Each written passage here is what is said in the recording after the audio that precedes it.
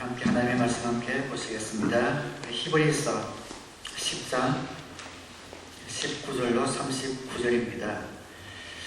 히브리서는 예수님을 믿다가 어려운 가운데 고난 가운데 있는 성도들에게 주신 격려의 편지입니다. 그래서 어떻게 하면 어려운 가운데 믿음 생활을 잘 마칠 수 있을까에 대한 귀한 권면의 말씀인데, 본문의 말씀을 통하여 동일하게 우리에게 주어지는 말씀으로 받아들이면서 이 뜻을 생각하면서 제가 읽을 때 한번 따라 주시기 바랍니다. 10장 19절부터 마지막 절까지 봉독합니다. 그러므로 형제자매 여러분, 우리는 예수의 피를 힘입어서 담대하게 지성소에 들어가게 되었습니다. 예수께서는 휘장을 뚫고 우리에게 새로운 살 길을 열어주셨습니다. 그런데 그 휘장은 곧 그의 육체입니다. 그리고 우리에게는 하나님의 집을 다스리시는 위대한 제사장이 계십니다. 그러니 우리는 확고한 믿음을 가지고 참된 마음으로 하나님께 나아갑시다. 우리는 마음에다 예수의 피를 뿌려서 죄책감에서 벗어나고 맑은 물로 몸을 깨끗이 씻었습니다. 또 우리에게 약속하신 분은 신실하시니 우리는 흔들리지 말고 우리가 고백하는 그 소망을 굳게 지킵시다.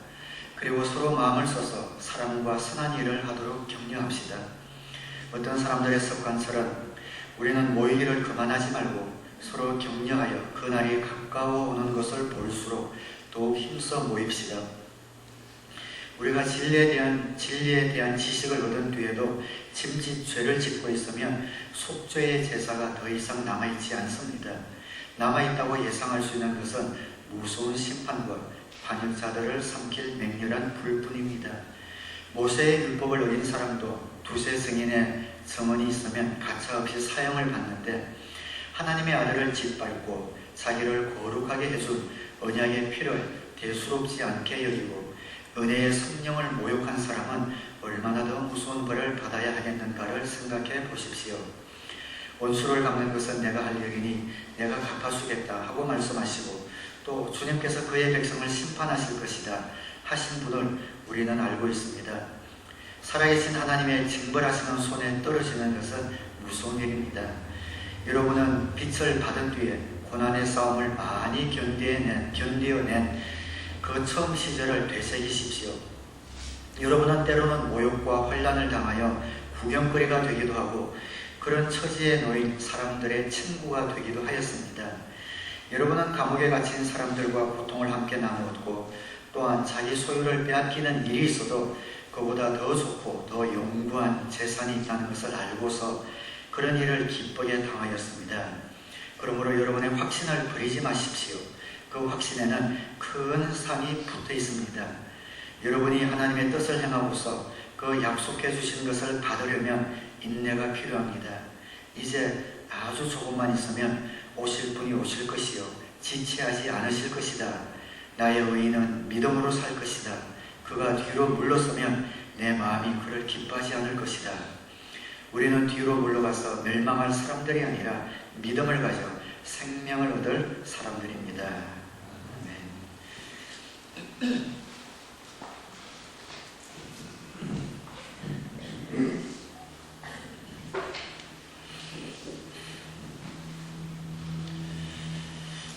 2015년 한 해도 이제 거의 한 달만 남겨놓고 있습니다. 시간이 참 빠르게 지나가지요. 또 새로운 마음으로 올 한 해 삶과 또 가정과 목상 가운데 또 귀한 열매를 맺기 위하여 또 새로운 마음으로 출발을 했습니다. 시작도 중요하지만 또 우리가 마무리도 잘 지어야 합니다. 끝을 잘 맺는 것이 굉장히 중요합니다.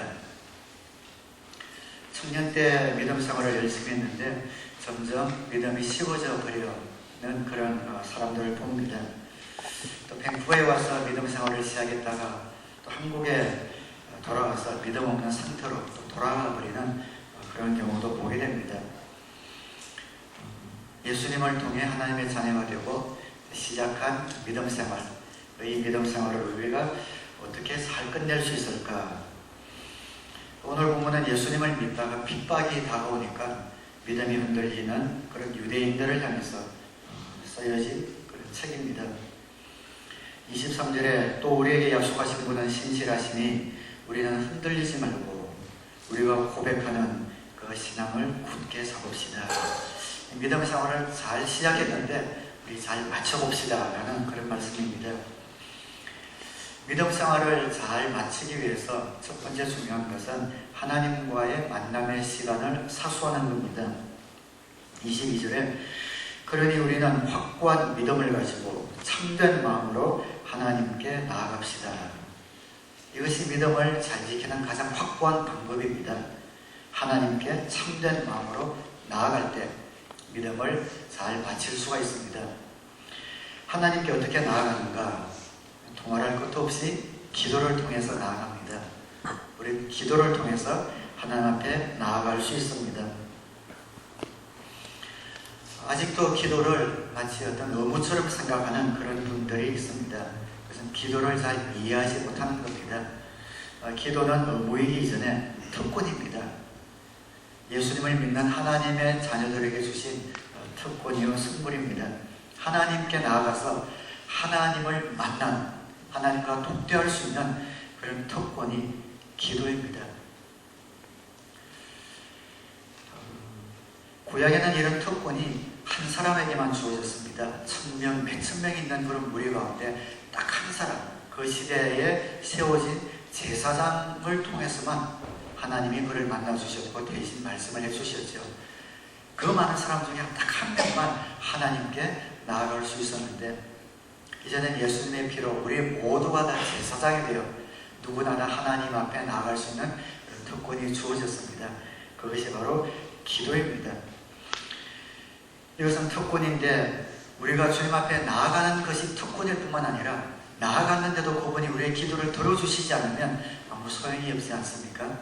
그런데 우리의 기도를 들어주실 수 있도록 중간에서 우리를 위해서 대신 변호해주고 간구해 주시는 분이 또 계시다는 겁니다. 요한복음 14장 14절에 너희가 무엇이든지 내 이름으로 구하면 내가 다 이루어주겠다. 이 약속을 예수님이 돌아가시기 전에 하셨습니다. 그리고 로마서 8장 34절에 그러므로 예수는 죽으셨을 뿐 아니라 오히려 다시 살아나셔서 하나님의 오른쪽에 계시며 우리를 위하여 대신 간구하여 주십니다. 하나님 앞에 우리가 나아갈 수 있는 특권을 허락해 주셨을 뿐 아니라 우리가 기도할 때 하나님 이 기도는 들어주셔야 합니다 라고 변호해 주시고 대신 중보하고 간구해 주시는 예수님이 계시다는 겁니다. 그래서 이 기도를 힘든 일, 지루한 일, 짐, 내 아이의 시간을 빼앗기는 일, 의무 이렇게 생각하는 것보다 더 어리석은 일은 없는 겁니다. 지금 투자의 귀재라고 하는 분이 계시죠. 워렌 벌핏이라는 분이 계시죠. 이분하고 점심 식사를 함께 하려면 1억 정도를 내야 점심 식사를 함께 할 수 있다고 합니다. 그만큼 그 머리에서 나오는 한마디 한마디 듣는 것이 큰 재산이 되기 때문이고 지혜를 얻기 때문인 것 같습니다. 이분은 돈을 많이 모았지만 그분의 재산의 85%를 자선단체 5개 꾸준히 기부를 하고 있어서 돈만 모으는 분이 아니라 삶을 또 그것을 나누는 그런 모델로 칭송을 받고 있습니다.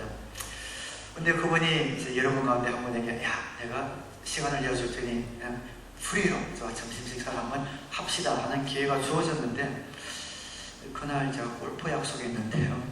그날 제가 중요한 영화를 봐야 되는데요. 이렇게 하는 것보다 더 어리석은 일은 없겠지요. 이민 연방위원을 만날 수 있는 기회가 주어졌는데 하필 그 시간에 제 딸 바이올린 레슨 시간이 돼서 못 가겠네요. 이런 분은 없을 겁니다. 주님 앞에 나아가는 하나님 앞에 나아가는 기도의 시간은 이것보다 말로 형용할 수 있는 더 큰 특권입니다. 하나님 앞에 나아가 천하 만물의 모든 권세를 지니신 예수 그리스도의 이름을 힘입어서 하나님께 우리의 모든 마음과 간구를 토해낼 수 있다는 것은 얼마나 큰 특권인지 모릅니다. 물론 기도가 특권인 것을 알고 우리의 기도를 들으실 분이 있다는 것을 우리가 다 알고 있습니다. 그런데 기도가 그렇게 쉽게 되는 것이 아닙니다. 그렇죠. 여러분이 또 지난 일주일 동안 하루하루 돌아보시면 또 기도의 시간을 다 모아봐도 또 그렇게 많지 않은 것을 발견을 합니다. 기도는 우리의 특권이고 이렇게 좋은 것을 알면서도 왜 우리가 기도를 힘들어하는가?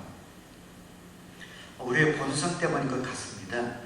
우리는 뭔가를 열심히 해야만 안심이 되지, 뭔가를 아무것도 안 하고 있으면 안심이 되지 않고 그것이 오히려 힘든 것 같습니다. 근데 기도하게 되면은 기도할 시간이 오히려 내가 공부를 한 자라도 더 한다든지 아니면 뭐 일을 조금 더 본다든지 사람을 더 만난다든지 하는 그런 시간을 빼앗기는 것처럼 아무것도 안 하는 그 시간이 마치 무의미하게 흘러가는 것처럼 느껴지기 때문에 기도 시간을 힘들어하는 것은 아닌가 그런 생각이 듭니다. 그러나 여러분 신앙생활 하시면서 경험하시죠? 기도 없이 내가 아무리 나의 힘으로 해보려고 하지만 그것은 질소도 받지 않고 순서도 받지 않고 또한 열매도 없는 것을 발견합니다. 그러나 바쁠수록 시간을 내 기도할 때에 10시간에 끝낼 일을 1시간에 끝낼 수 있는 그런 지혜를 주시는 분이 하나님이십니다. 저도 담임 목사로서 어떻게 목회하고 목양하고 또 어떻게 비전을 제시하고 가야 될 그 모든 것들을 99%를 기도 시간에 받습니다. 기도 시간에 하나님께서 영감을 주시고 또 직관처럼 아이디어를 주셔서 그렇게 하고 있습니다. 그 기도 시간이 없이는 그냥 그건 불가능한 일이지요. 전쟁을 나갈 때 그냥 용기와 열심만 갖고 와 하고 나간다고 이길 수는 없습니다. 적이 어디에 매복해 있는지, 어디를 먼저 급습해야 하는지, 또 어디를 길목을 막아야 하는지 그 작전실에서 전략을 다 짜야 합니다. 그 시간이 결코 헛된 시간이 아니죠. 그 작전을 짜야만 효율적으로 전쟁을 치룰 수가 있습니다. 근데 그런 작전을 짜는 그 시간도 우리 크리스찬들이라면 그 전에 먼저 하나님 어떤 작전을 짜야만 이길 수 있을까요? 하는 그런 기도 시간이 필요한 겁니다. 기도가 없이는 어떤 아이디어도 우리의 삶의 어떤 모습도 행동도 그 결과도 나오지 않습니다. 시작도 기도이고 과정도 기도이고 마무리도 기도입니다. 하나님과의 만남의 시간을 사수하는 것, 이것이 우리가 시작한 그 믿음 생활을 잘 마무리하는, 잘 마치는 지름길입니다.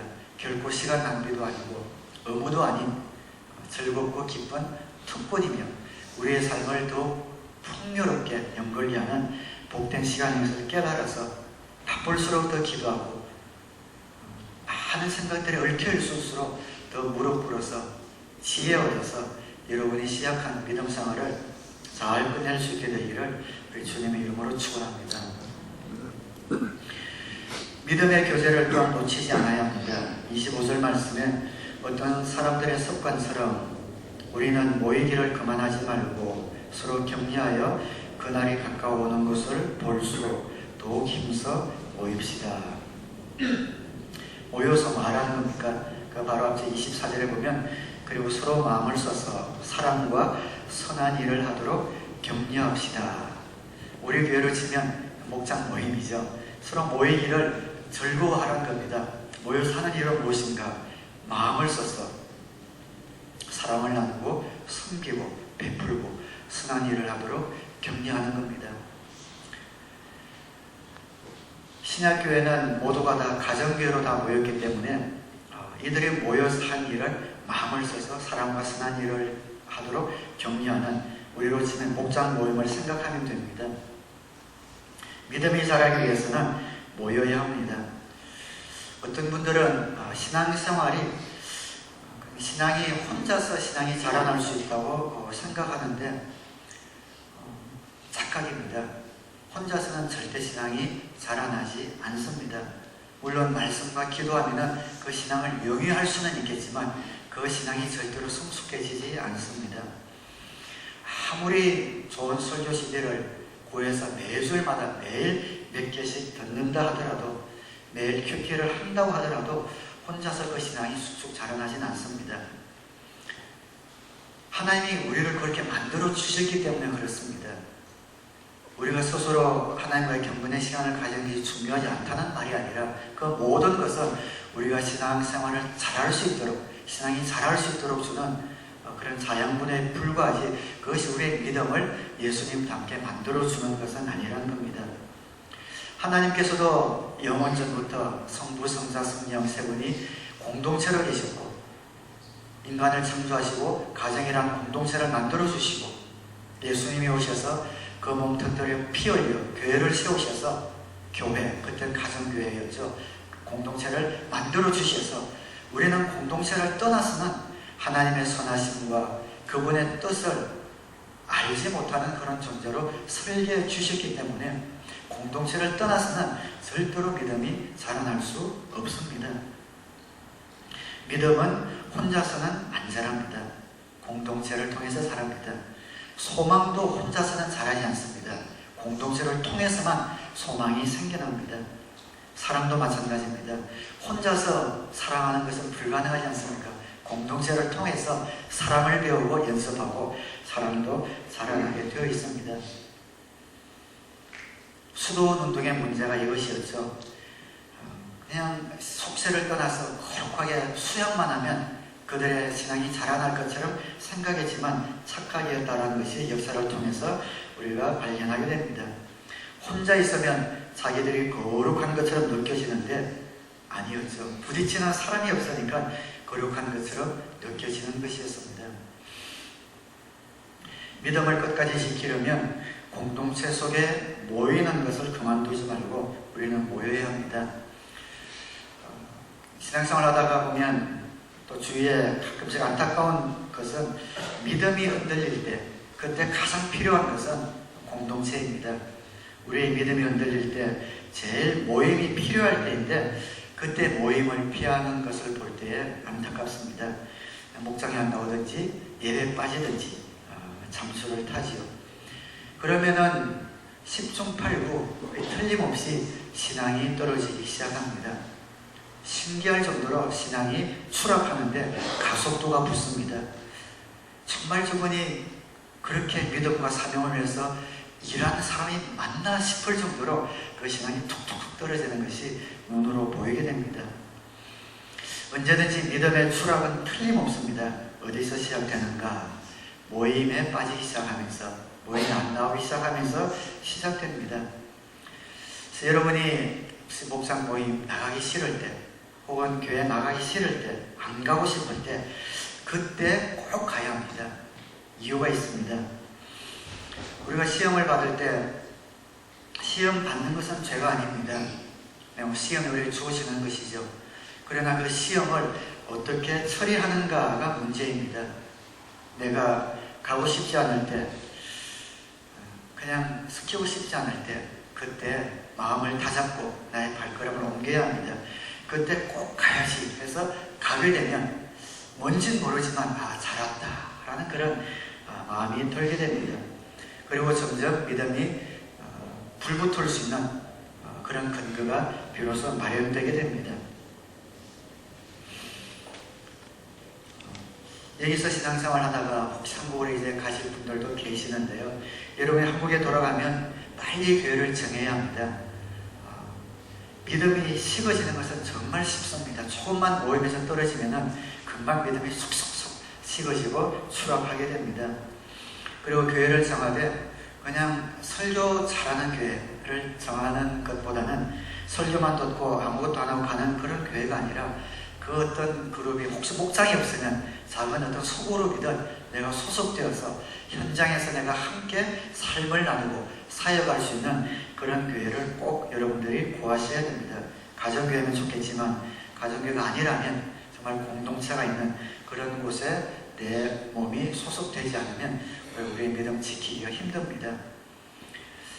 여러분이 제가 이렇게 말씀드리니까 가정교회를 하는 목사니까 당연히 그러겠지, 천만에요. 절대 그렇지 않습니다. 가정교회나 목장을 떠나서 제가 신앙생활을 하면서 목회하면서 제가 주위를 돌아본 결과로는 100% 그런 것을 보았기 때문입니다. 공동체를 떠나서 믿음이 올바르게 성숙하는 것을 저는 본 적이 없습니다. 정말 열심히 믿음 좋은 분들 있습니다. 믿음이 흔들리지 않는 성경 지식도 많이 알고요. 또 믿음 생활을 오래 해서 그 삶에서 신앙의 연륜이 풍겨져 나오는 사람들 물론 있습니다. 조금만 대화를 해보면은 뭔가 설명할 수 없는데 부족한 것이 있습니다. 공동체 속에서, 현장 속에서 뛰지 않을 때에 절대로 알 수 없는 그런 것들이 있습니다. 근데 그것이 굉장히 큽니다. 그리고 그분은 자신이 믿음이 좋다는 어떻게 보면 나쁜 건 아닌데 그런 착각 속에서 그렇게 그냥 살다가 자신의 몸을, 자신의 삶을 이웃을 위해 한번 불타 희생해 보지도 못하고 섬겨 보지도 못하고 그냥 그렇게 자기 위안과 만족만 누리면서 그냥 주님 앞에 갈 겁니다. 결정적인 이유는 뭔가? 제가 볼 때는 공동체가 없었습니다. 공동체가 없기 때문에 그 삶의 많은 부분들이 신앙의 근육으로 쌓이지 않는 것을 봅니다. 근데 그런 분들이랑 그런 대로 괜찮아요. 그 정도는 괜찮은데 조금 더 나가는 사람은, 공동체 없이 사는 사람들은 착각하게 되고 이제 교만 속에 빠지게 되는 겁니다. 말은 쉽게 하고 정말 신앙적인 용어들을 많이 썼는데 뭔가 공허한, 그리고 좀 위선적인 그런 모습들을 보는데 그 이유는 공동체에 속해 있지 않기 때문인 것을 보게 됩니다. 저는 그래서 목장에 속해서 신앙생활을 하고 있는 우리 교회 성도님들이 자랑스럽고 또 어떨 땐 참 흐뭇하고 기쁩니다. 여러분들이 신앙생활 한 지 얼마 되지 않으신 분도 계시고 또 2년 3년 했지만 내 신앙이 아직 기도도 변변하게 못하고 정말 부족한 게 너무 많아서 내 믿음이 어떻게 자랄까 염려하는 분들이 있는 것을 압니다. 제가 볼 때는 여러분이 생각하고 염려하는 것 이상으로 여러분이 많이 자랐습니다. 많이 성숙하셨습니다. 공동체가 없이 10년 이상 신앙생활 하는 분들보다 저는 공동체 속에서 1년이 안 되지만 신앙생활 하는 분들의 믿음이 제가 볼 때는 오히려 더 성숙하고 더 귀합니다. 그래서 여러분들에게 주어진 그 목장, 또 여러분들에게 주어진 이 교회라는 이 공동체가 얼마나 아름답고 큰 축복인가라는 것을 깨달아서 여러분의 몸을 그 공동체 속에 밀어넣으시고 그 공동체를 또 밝고 따뜻하게 만드는 지지 한 분 한 분이 되시기를 주님의 이름으로 축원합니다. 믿음 생활을 잘 마무리하기 위해서 하나님과의 만남의 시간을 사수하고 믿음의 교제를 놓치지 말아야 합니다. 그리고 우리가 살아가면서 어떨 때는 하나님을 경외하는 그런 마음을 가지고 또한 살아가야 합니다. 하나님은 사랑의 하나님이시지만 그냥 날마다 오냐오냐 호호호 하는 그런 하나님은 아니십니다. 우리가 죄를 짓고 하나님의 뜻대로 살지 못할 때에 우리를 채찍질하시고 또 우리에게 책망하시는 그런 하나님의 모습도 그릴 줄 알아야 합니다. 그래서 우리가 죄 가운데 있을 때, 또 연약한 가운데 있을 때 이대로 계속 가다가는 어떻게 될 것인가 라는 그 타락의 결과를 우리 스스로 생각할 줄 알아야 합니다. 그래서 믿음을 잘 마무리하는 귀한 방법 가운데 하나입니다. 믿음이 흔들리고 있는 사람을 향해서 여러분들이 지금 믿음이 흔들리고 있는데 핍박 때문에 혹은 유혹 때문에 여러분들이 가졌던 그 믿음이 지금 요동하고 있는데, 그러나 여러분 그 믿음을 여러분이 만약 놓는다고 한다면 그 결과가 어떻게 될지 여러분이 아십니까? 그 결과를 여러분이 지금 생각해 보아야 합니다 라고 권면하고 있는 겁니다. 믿음을 버리면 어떤 결과가 오느냐. 26절에 우리가 진리의 지식을 얻은 뒤에 일부러 죄를 지으면 그때는 속죄 제사가 남아있지 않습니다. 그리고 27절 28절 뒤에 나오지만 우리가 믿음을 갖고 믿음을 버리게 되면은 나를 구원해 주신 예수 그리스도의 보혈, 그리고 그 보혈의 능력을 인쳐주신 성령님의 은혜, 우리를 자녀 삼아주신 하나님의 사랑, 그 삼위일체를 모독하는 그런 결과를 우리가 가지게 된 것 아닙니까? 그러고 나서 우리가 무엇을 기대할 건가? 충동을 받는 대로 뛰쳐나가면 어떤 결과를 가져올지 생각해 보십시오. 31절에 살아계신 하나님의 징벌하시는 손에 떨어지는 것은 무서운 일입니다. 그래서 제가 말씀드리는 것은 하나님은 무서운 하나님으로 여기라는 것이 아니라 신앙생활 하면서 어느 정도의 이런 두려움, 하나님에 대한 경외심은 우리가 필요하다는 겁니다. 내 하고 싶은 대로 다 하고 그냥 내 마음대로 내 소원대로 다 하다가는 그냥 빠지고 싶으면 빠지고, 그냥 미워하고 싶은 마음이 있으면 내 마음대로 미워하고, 내가 용서하고 싶지 않으면 그냥 그 마음을 그대로 갖고 있고, 내가 지금 즐기고 있는 이 죄가 죄인 것을 알면서도 기도하면 하나님이 하지 말라고 할 것 같아서 그냥 어느 순간까지 즐기고, 이렇게 가다가는 그 결과가 어떤 결과가 올 것인가, 일단 한번 생각해 보라는 것이지요. 이제 인터넷 한국 뉴스들을 보면은 참 요지경이 한국 같습니다. 능력도 재능도 많은데 또 정말 사건 사고가 끊이지 않는 그러면서 하루가 멀다고 보지 않습니까? 아파트 층간 소음 때문에 살인이 빈번하게 일어나죠.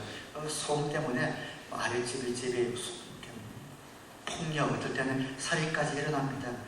근데 그것 때문에 힘들어서 서로 마주쳤습니다. 그래서 그러지 마시오. 왜 그러니까 말이 오가겠죠. 험한 말이 오갈 때에 그러다가 주먹이 오갈 수도 있겠죠.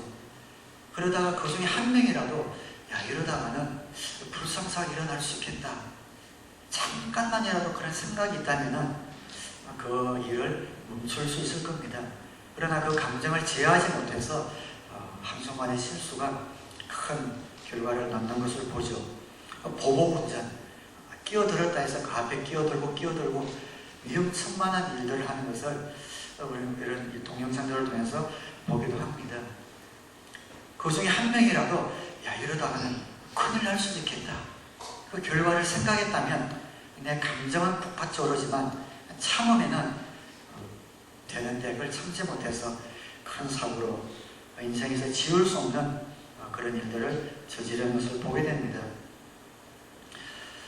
우리가 어떤 일이 있을 때, 감정이 격해질 때, 부부간의 관계나 자녀와의 관계나 또한 형제 자매와의 그런 관계, 지체들과의 관계 속에 이러다가는 어떤 결과가 올까를 정말 한 명이라도 생각할 수 있다면 자제하면서 그 악한 결과를 방지할 수 있을 겁니다. 타락의 결과를 상상해 보는 거죠. 내가 지금 이 죄를 계속 즐기고 있다면 어떤 결과가 올 것인가. 내 믿음 다 까먹고 주님과의 교제도 멀어지고 황폐한 내 심령이 될 것을, 그 결과를 바라본다면 즉각 주님 앞에 돌아올 수가 있겠죠. 그래서 우리의 신앙생활 하면서는 그런 마음들이 어떨 때는 필요할 것 같습니다. 어떤 실수한 길, 잘못된 길, 어긋난 길에 들어갈 때 이대로 가다가는 이 결과가 어떨까? 내 기분 나는 대로, 감정대로 갈 것이 아니라 결과를 생각해 보는 겁니다.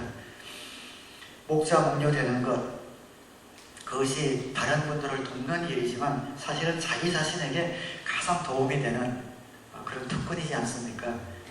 목자 목녀가 되었기 때문에 그래도 내가 내 믿음 하나는 지킬 수 있을지 모릅니다. 목자 목녀가 될 때 사역을 하시오. 목장의 책임자로서 모든 목양을 책임지고 하겠습니다. 하루에 20분 이상씩 기도하겠습니다. 하루에 3장 이상씩 성경을 읽겠습니다. 아니면 큐티를 하겠습니다. 하는 그런 사역을 합니다. 사역을 하고 또 어쨌든 기도를 해야 되기 때문에 목장 식구들에서 기도를 하고, 목장 식구가 혹시 속속여도 또 수용할 수 있어야 되니까 인내하게 되고, 또 섬김을 배우게 되고, 또 목자 부부가 금요일날 혹시 다툰다 하더라도 목장 모임을 해야 되니까 또 임시로라도 해결을 해고, 이런 모든 것들이 자신을 지탱해주는 그런 통로가 되는 것이죠. 그래서 목자 사역을 내려놓으면 편하지요. 그래서 편합니다. 기도 안 해도 되지요. 안 섬겨도 되지요. 안 참아도 되지요. 편하긴 편한데 그때부터 믿음이 추락하게 됩니다. 틀림없습니다. 그때에 내가 이 목표를 내려놓으면 어떻게 될까? 그 결과를 생각해 보면서 지금 비록 열매가 없지만 그 자리에 붙어 있기로 결심하는 것, 이것이 우리의 신앙생활을 잘 마무리하는 그런 통로가 됩니다. 우리의 믿음이 흔들릴 때가 있습니다.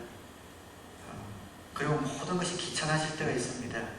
그때의 믿음을 저버리고 모여있는 데서 빠져버리고 내 감정대로 잠수를 타버리고 그러면 어떤 결과가 올까 생각해 보는 겁니다.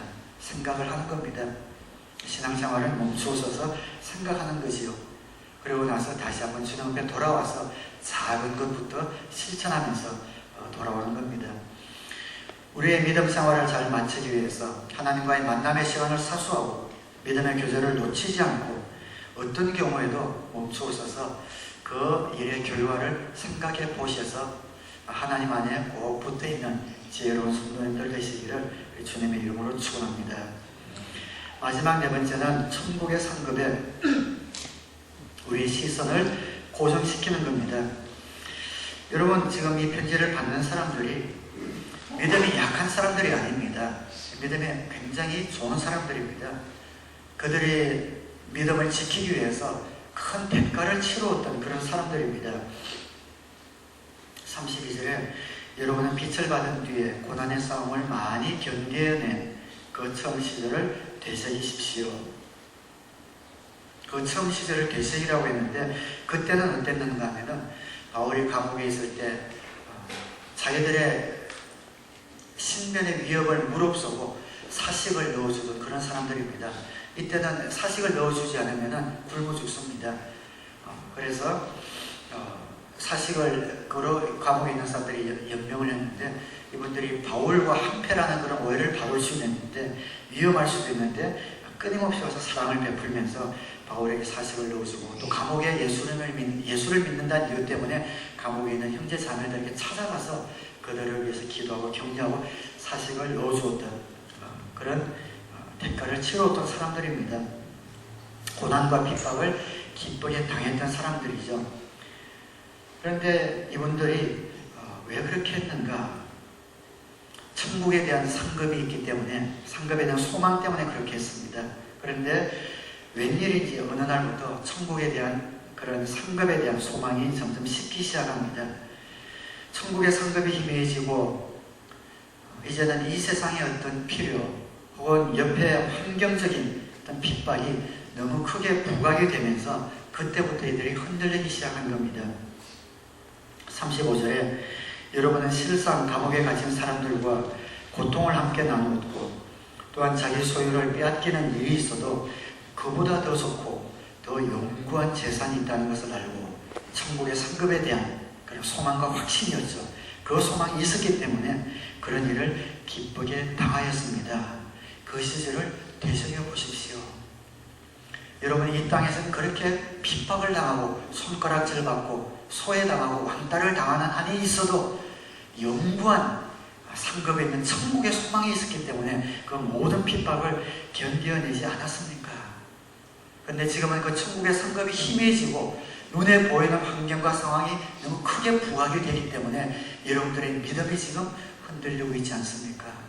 다시 한번 천국의 상급에 대한 소망을 붙드십시오 라고 권면을 하고 있습니다. 여러분의 믿음의 생활을 잘 끝내야 하지 않습니까? 라고 이야기하면서 천국의 상급을 이야기합니다. 여러분이 우리가 가진 이 믿음을 잘 마치기 위해서는 천국의 상급이 목표가 되어야 합니다. 절대 추상적인 그런 목표가 아닙니다. 저와 여러분들의 신앙생활의 목표는 천국이며 천국의 소망이며 천국에서 하나님이 주실 상급이 우리의 목표가 되어야 합니다. 하나님이 주신 어떤 축복 때문에 예수를 믿게 되는 사람이 있습니다.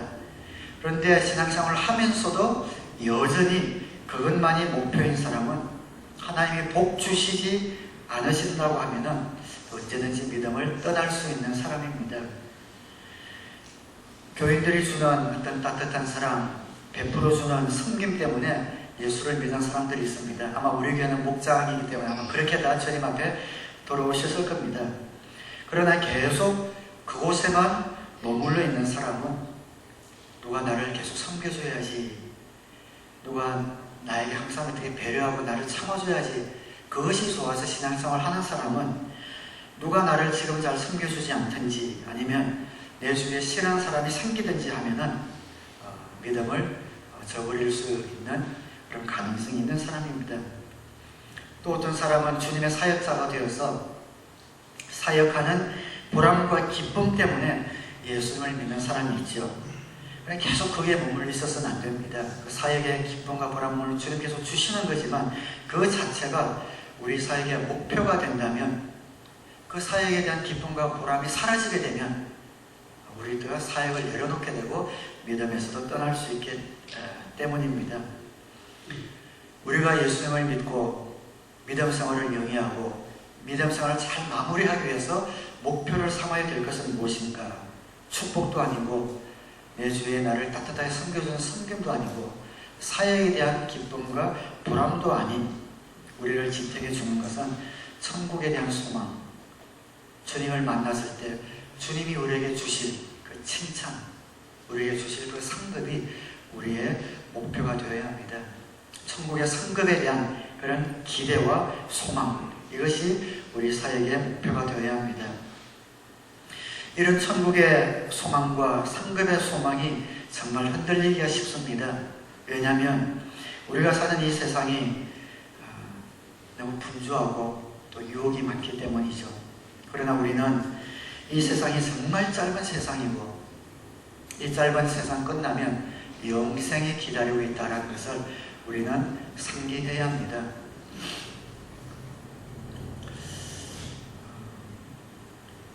주님 만날 날이 정말 여러분 아무리 길게 잡아도 몇십 년 안에 우리가 주님을 만나지 않겠습니까? 주님이 그 전에 오시면은 오늘이라도 주님을 만나겠지만 만약 주님이 오시기 전에 우리가 먼저 죽는다면 10년, 20년, 30년, 길게 50년, 몇십 년 안에는 우리가 주님 앞에 설 겁니다. 그리고 영원한 생이 그곳에서 시작이 됩니다. 우리가 정말 성공한 인생을 살았는지 못 살았는지 평가하는 것은 사람이 해줄 수 있는 것이 아닙니다. 이것이 저와 여러분의 소망이 됩니다. 이 세상은 불완전하고 또 우리도 부족하기 때문에 우리가 아무리 열심히 일한다고 해도 노력한다고 해도 그 노력의 대가대로 그대로 열매가 맺혀지지 않는 경우도 많이 있습니다. 또 어떨 땐 하나님이 그런 경우를 허락하시고 그대로 두고 계시는 경우도 있습니다. 그러나 여러분 실망하지 말 것은 우리가 주님 안에 붙어있고 우리 날마다 하나님과의 만남의 시간을 사수하고 믿음의 교제 속에서 주님이 주신 귀한 사명을 하루하루 감당하고 있다면 성공하는 인생을 우리는 살고 있는 겁니다. 주님 앞에 만났을 때 그때 비로소 우리 인생의 성공과 실패가 판가름 납니다. 아무리 많이 모아놨다고 해도 그것이 성공한 인생은 아닙니다. 우리는 모두가 우리가 쌓아놓은 것을 다 놓고 가는 것이고 정말 쌓아놓을 곳은 천국이기 때문이죠. 우리의 기도와 섬김과 이런 사명을 통해서 천국의 상급이 쌓여지는 것이고 그것이 우리의 인생의 성공과 실패를 가늠하는 기준이 됩니다. 저는 여러분의 매일매일의 삶과 사역이 천국의 상급에 대한 소망이 기준이 되기를 바랍니다.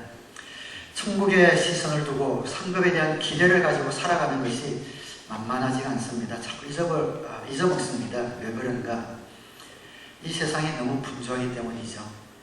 너무 분주한 세상에 유혹과 바쁨 가운데 젖어 있기 때문에 천국은 생각하지 못하고 그렇게 날마다 살아갑니다. 그래서 날마다 우리는 의지적으로 천국에 대한 시선을 두지 않으면 안 됩니다. 그렇지 않으면 자기도 모르게 우리의 시선은 세상으로 향하게 됩니다.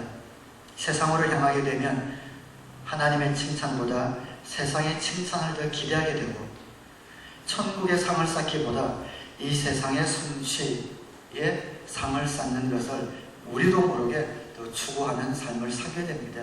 그래서 의지적으로 나는 천국의 시민이고 천국의 백성이고 조금 있으면 천국에 가서 영원히 살 사람이다. 천국을 준비하는 그런 삶을 오늘 하루하루 나는 살아야 된다 라고 의지적으로 우리를 밀어넣지 않으면 우리는 우리도 모르게 세상의 칭찬과 인정과 이 세상에 쌓아두는 것이 우리의 목표가 되기 쉬운 사람입니다. 여러분의 목자, 목녀, 목부님이라면 여러분의 목양의 원칙도 그래야 합니다. 어떻게 하면 하나님 나라의 상을 쌓는 그런 성공한 목회를 내가 할 수 있을 것인가? 사람들이 보는, 인정받는, 시선받고 칭찬받는 곳에 시선을 두는 것이 아니라 열매가 있든 없든 하나님이 나를 보시고 계시니, 내 중심을 보시고 계시니 그분 앞에서 날마다 어떻게 신실과 충성으로 하루하루를 채울 것인가? 목회를 하는 저도 마찬가지죠. 세상적인 인정과 시선이 아니라 하나님 앞에서 성공한 그런 목회하게 해주십시오라는 것이 저의 기도 제목입니다. 성도님들도 마찬가지입니다. 여러분의 직장에서, 생업에서, 학업에서, 어디에서 계시든지 세상의 칭찬과 인정이 아니라 천국의 소망과 천국의 상급에 시선을 두고 고정시키시고 하루하루를 채우시기를 주님의 이름으로 축원합니다. 저는 이 말씀이 여러분에게 좀 가슴 깊이 새겨졌으면 좋겠어요.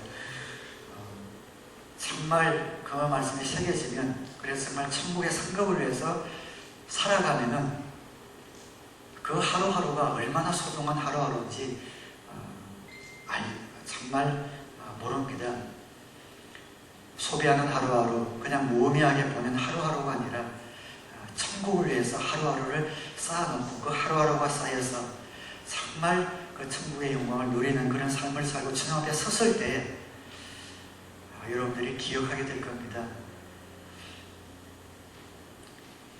회개할 기회도 우리가 육신이 있을 때만 회개할 수 있고, 주님과 이웃을 위해 봉사할 수 있는 기회도 우리의 몸이 있을 때만 봉사할 수 있습니다.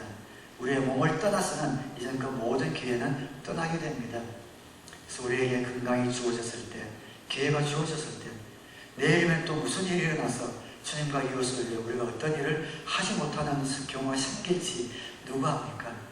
오늘 하나님께서 나에게 건강 주시고 섬길 수 있는 시간과 물질 주셨을 때 미루지 말고 하나님의 영광과 이웃과 영혼들을 위해 하루하루 후회 없는 삶을 사셔서 주님으로 말미암아 잘 시작한 그 믿음 생활이 아름답게 채워지고 마지막 마무리까지 잘 지어져서 주님 앞에 기쁨으로 서게 되는 저와 여러분 되시기를 우리 주님의 이름으로 축원합니다. 우리 바울의 고백을 마지막 함께 우리가 합심하여 합독하여 우리 고백하고 말씀을 마치겠습니다. 디모데후서 4장 7절 8절입니다. 나는 선한 싸움을 다 싸우고 달려갈 길을 마치고 믿음을 지켰습니다. 이제는 나를 위하여 의의 올개관이 마련되어 있으므로 의로운 재판장이신 예수 주님께서 그날에 그것을 나에게 주실 것이며 나에게만이 아니라 주님께서 나타나시기를 사모하는 모든 사람에게도 주실 것입니다.